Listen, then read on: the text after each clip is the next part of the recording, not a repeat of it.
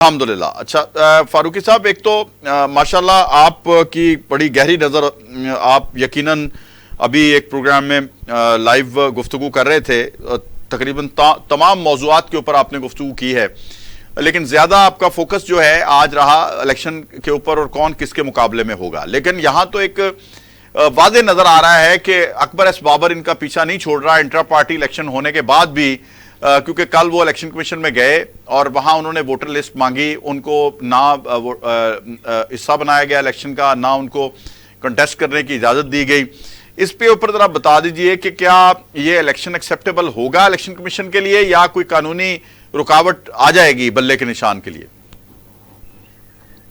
دیکھیں شاہ جی، بات یہ ہے کہ جو الیکشن کمیشن نے تحریک انصاف کا الیکشن ریجیکٹ کیا تھا، اس میں جو بنیادی ایک وجہ تھی، جو ان کی ایک مجھے جو نظر آ رہی تھی کہ جو کیا وہ چاہتے کیا ہے، وہ یہ چاہ رہے تھے کہ یہ پارٹی جو ہے اس کی سربراہی عمران خان چھوڑ دے. بالکل. جو ایک عام اس وقت ہم نے دیکھا ہے، پہلے ماضی میں بھی ایسا ہوا ہے کہ جس پارٹی کا جو ہمارے مقتدر حلقوں کے ساتھ تعلقات خراب ہوتے ہیں، اور اس کے بعد پھر ایسے الیکشن ایکٹ کے اندر ایسی چیزیں ہیں کہ جو ایک یہ بھی بات ہے کہ الیکشن ایکٹ کے اندر بھی ایسی چیزیں ہیں کہ جو سزا یافتہ آدمی ہوتا ہے وہ کسی پارٹی کا عہدیدار نہیں ہو سکتا. درست ہے.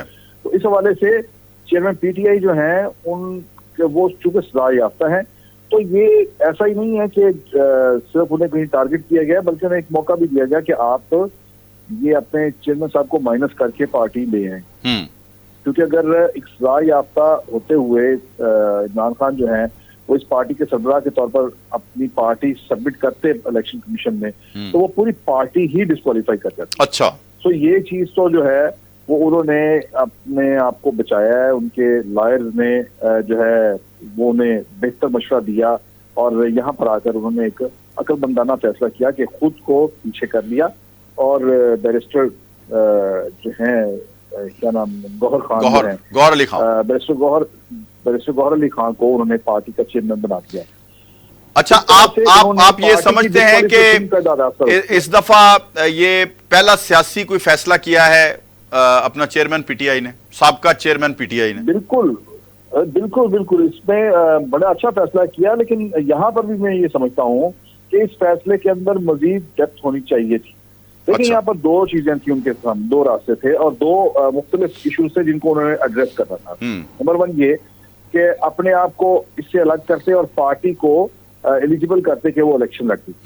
دوسری ایک اور چیز جو اصل میں جو پی ٹی آئی کا اسٹیبلشمنٹ کے ساتھ اس وقت ایک پھڈا بنا ہوا ہے، وہ ہے 9 مئی کے واقعات.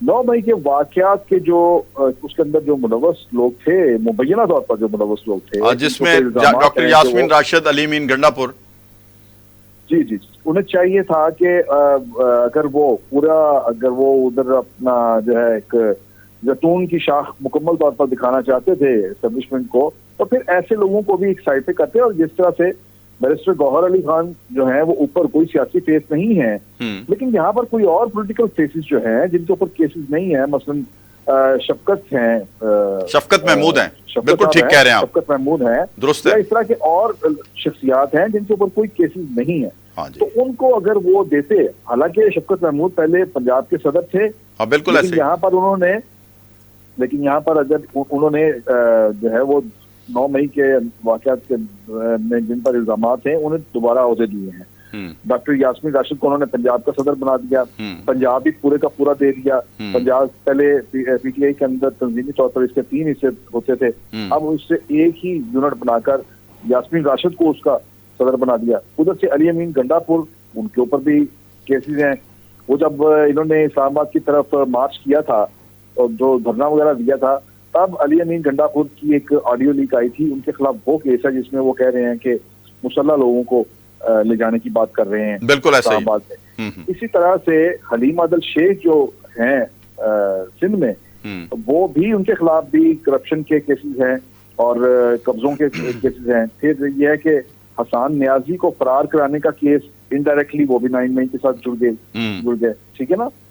تو اور یہ میرا خیال ہے کہ یہ دونوں شخصیات جو ہیں حلیم عادل شیخ اور گنڈا پور، یہ بھی مجھے کنفرم تو نہیں ہے، لیکن میرا خیال ہے کہ یہ بھی اس وقت باہر نہیں ہے، جیل میں ہی ہے. درست. 3 ثبوت تو آپ نے ایسے بنا دیے جو کیسز کے اندر ہیں اور ڈائریکٹلی پھر یا انڈائریکٹلی 9 مئی کے واقعات کے ساتھ جڑے ہوئے ہیں. یہاں پر آ کر ایک ان کا فیصلہ جو ہے یہ بہت ہی عجیب لگا ہے. اچھا آپ یہ عجیب تو ہے، لیکن اسی کی روشنی میں آپ بتائیے گا کہ یہ چونکہ ان کے اوپر بھی کیسز ہیں، ڈاکٹر یاسمین راشد صاحبہ کو بھی کسی بھی وقت کنوکشن ہو سکتی ہے، یعنی سزا یافتہ ہو سکتی ہیں. اسی طرح علی امین گنڈا پور بھی، ان کے اوپر بھی کیسز تیزی سے چلائے جا سکتے ہیں. تو پھر کیا بنے گا؟ یہی تو میں کہہ رہا ہوں کہ اس میں ایک تو یہ ہے کہ انہوں نے اس فیصلے کے اندر ان کے یہ بھی چیز پائی جاتی ہے کہ وہ اپنے اس جو 9 مئی کے جو واقعات ہیں ان سے ان کے پاس موقع تھا کہ اس سے برات کا اظہار کرتے، ایسی شخصیات کو عہدوں سے الگ کرتے اور انہیں تنظیم میں نہ لے کے آتے. اس سے ان کی انٹینشن جو تھی وہ سامنے آ سکتی تھی کہ ہم کوئی اسٹیبلشمنٹ کے ساتھ تعلقات جو ہے وہ بہتر کرنا چاہتے ہیں. لیکن انہوں نے اپنے موقف کے اوپر اپنے جو ہے 9 مئی کے حوالے سے جو ہے ان کا وہ اس کے اوپر انہوں نے زور دیا ہے اور ایسا لگا جیسے وہ اسے کنٹیسٹ کر رہے ہیں اور اس کو ایکسپٹ کرنے کے لیے تیار نہیں ہے کہ وہ ہم سے غلطی ہوئی تھی. نہ ہی آج تک خان صاحب نے آپ کو پتا ہے کہ اس کی کو مذمت کی ہے اس واقعے کی. بالکل ایسا ہی پبلکلی بھی نہیں کی. اچھا ٹھیک ہے جی، ان کا جو ہے وہ پنجابی کہنے ہیں نا جنہ کھا دیا گاجراں پھر بھگتن گیا پہ ٹیڈوں نے دے پیڑ. اچھا دوسرا یہ بتائیے کہ آپ دیکھ رہے ہیں کہ بلاول صاحب، ہم ہمیشہ ہی بات کر رہے ہیں، آج بھی انہوں نے بڑے تند و تیز جملے، نواز شریف صاحب 4تھی دفعہ وزیر اعظم بنانے جا رہے ہیں، 3 دفعہ ان سے کچھ ہوا نہیں تھا، یہ کہہ رہے ہیں کہ جی 4تھی دفعہ وزیر اعظم بن کے پاکستان کو مشکلات سے نکال لیں گے، یہ بھی طنز. اس کے بعد انہوں نے ہواؤں کے رخ کی بات کی کہ سرپرائز ملے گا اور کوئٹہ میں بھی، بلوچستان میں بھی جو ہے مسلم لیگ نواز کو بہت بڑا سرپرائز دیں گے. تو بلاول صاحب جو ہیں وہ مسلسل بڑے تسلسل کے ساتھ وہ نواز شریف صاحب کی شخصیت کو ٹارگٹ کر رہے ہیں، تو اس سے ان کو کوئی فائدہ حاصل ہوگا؟ دیکھیں پیپلز پارٹی جو ہے وہ بڑی اس وقت میں سمجھتا ہوں کہ اسمارٹ پالیٹکس کر رہی ہے. اچھا. اور مسلم لیگ نون جو ہے نا وہ اسے سمجھ نہیں آ رہی کہ وہ کیا کرے. اب مسلم لیگ نون جو ہے وہ ان کے خلاف اس کا ترکی بترکی جواب بھی نہیں دینا چاہتے، کیونکہ انہیں معلوم ہے کہ وہ خود بھی ایسی پوزیشن میں نہیں ہے کہ وہ الیکشن ہوگا اور وہ سویپ کر جائیں گے، اور اس لیے وہ ٹارگٹ کریں پیپلز پارٹی کو. ٹھیک ہے. کل کو معلوم نہیں کہ پیپلز پارٹی کی ضرورت پڑے. لیکن بلاول جو ہے وہ پورا ٹارگٹ کر رہے ہیں، تنقید کر رہے ہیں ان کے اوپر. اب دیکھیں جو آصف علی زرداری صاحب کا جو انٹرویو تھا نا ہم صاحب کے ساتھ ان کا ویڈیو پہ، اس میں ہمارا میڈیا ایک ہی چیز کو جو ہے وہ اچھالتا رہا، وہ تھا بلاول بھٹو کے حوالے سے جو گفتگو تھی اس کی کہ اس کی ٹریننگ ہو رہی ہے، یہ ہے وہ ہے. اب ہم اسی کو لے کر بیٹھے رہے، لیکن اس کے اندر جو ایک اور بہت بڑی بات آصف زرداری کر گئے تھے اس کو کسی نے نوٹس نہیں کیا. اچھا. انہوں نے اس انٹرویو کے اندر یہ بات آپ سمجھے کہ بریک کی تھی کہ نواز شریف وزیر اعظم نہیں بنے گا. ٹھیک ہے. اور اب چیزیں جو ہیں آہستہ آہستہ کھل رہی ہیں، سامنے آ رہی ہیں کہ نواز شریف صاحب کے لیے بہت ہی مشکل راستہ ہے پرائم منسٹر بننے کے لیے. ان کی جو کنوکشن ہے، ان کی جو نااہلی ہے، ان کی نااہلی جواد شمسی صاحب وہ سپریم کورٹ کے 5 ججوں نے فیصلہ دیا ہوا. صحیح. وہ الیکشن ایکٹ کے ساتھ آپ اس فیصلے کو انڈو نہیں کر سکتے. صحیح. یہ تمام آئینی ماہرین کا یہ اس پر اتفاق ہے کہ اسے الیکشن ایکٹ کے ساتھ، الیکشن ایکٹ کے تحت میں ترمیم کر کے انہوں نے کیا نا جی کہ 5 سال سے زیادہ نااہلی نہیں ہو سکتی. لیکن انہوں نے ان کا یہ کہنا ہے کہ وہ جو سپریم کورٹ کے 5 جج کا فیصلہ ہے اسے الیکشن ایکٹ سے تبدیل نہیں کر سکتا. یا تو آپ لارجر بینچ میں جائیں، 7 ممبر بینچ کے اوپر جائیں، یا پھر یہ ہے کہ کانسٹیٹیوشنل امینڈمنٹ کر کے اس فیصلے کو جو ہے وہ آپ ختم کروائیں. ٹھیک ہے. تو کانسٹیٹیوشنل امینڈمنٹ کے لیے پارلیمنٹ آپ کے پاس موجود نہیں ہے، اور اس 5 رکنی بینچ کا فیصلہ انڈو کرانے کے لیے آپ کو سپریم کورٹ پہ جانا پڑے گا. تو ابھی تو کافی دور ہے ان کی منزل. تو یہی بات ہے کہ اور مجھے یہ لگ رہا ہے کہ انفیکٹ آصف علی زرداری اور شہباز شریف جو ہیں ان دونوں کی آپس میں ایک انڈرسٹینڈنگ ہے، اور مسلم لیگ نون کے آئندہ پرائم منسٹر اگر نون لیگ کی حکومت بنتی ہے تو وہ شہباز شریف ہی ہوں گے اور پیپلز پارٹی بھی انہیں ہی قبول کرے گی. بالکل ایسا ہی لگ رہا ہے. اچھا بظاہر آج آپ نے دیکھا کہ نواز شریف صاحب جو ہیں وہ شہباز شریف صاحب کے ساتھ مل کے ٹکٹس کی تقسیم کے فیصلے، انٹرویوز آج انہوں نے فائنلائز کرنے شروع کر دیے. سرگودا ڈویژن سے انہوں نے شروع کیا ہے، اور پھر اس کے بعد جھانگ ٹوبا یہ وہ شروع ہو جائے گا, آگے کی طرف بڑھتے چلے جائیں گے, اور 15 تاریخ تک یہ انٹرویوز ان کے جائے. یہ تو بڑی تیزی کے ساتھ اب آگے اپنے کینڈیڈیٹ فائنل کرنے کی طرف جا رہے ہیں. اس کا مطلب ہے مسلم لیگ نواز کو 100% یقین ہو چکا ہے کہ الیکشن 8 فروری کو ہی ہوں گے. دیکھیں الیکشن تو جو ہے لوگ یہ بات کرتے ہیں اور یہ ابھی تک ایک غیر یقینی صورتحال ہے کہ الیکشن ہوتے ہیں یا نہیں ہوتے, لیکن میری ذاتی جو ایک ہے اس کے اندر انڈرسٹینڈنگ ہے وہ یہ ہے کہ الیکشن ہوں گے اور وہ 8 فروری کو ہی ہوں گے. چلیں یہ ہو سکتا ہے کہ آپ ہفتے 10 دن کی مہینے کی آپ آگے پیچھے سے کر لیں, لیکن یہ نہیں ہو سکتا کہ الیکشن نہیں ہو رہے. صحیح یہی وجہ ہے کہ پولیٹیکل پارٹی جو ہیں انہوں نے اپنی پوری تیاری جو ہے وہ کر لی ہے اور وہ اس کو آگے بڑھا رہے ہیں. آپ نے جیسے مسلم لیگ نون کا کہا کہ انہوں نے ٹکٹس کی ایکسرسائز شروع کر دی ہے. پیپلز پارٹی نے بھی ٹکٹس کے لیے اپلیکیشنز مانگ لی ہیں.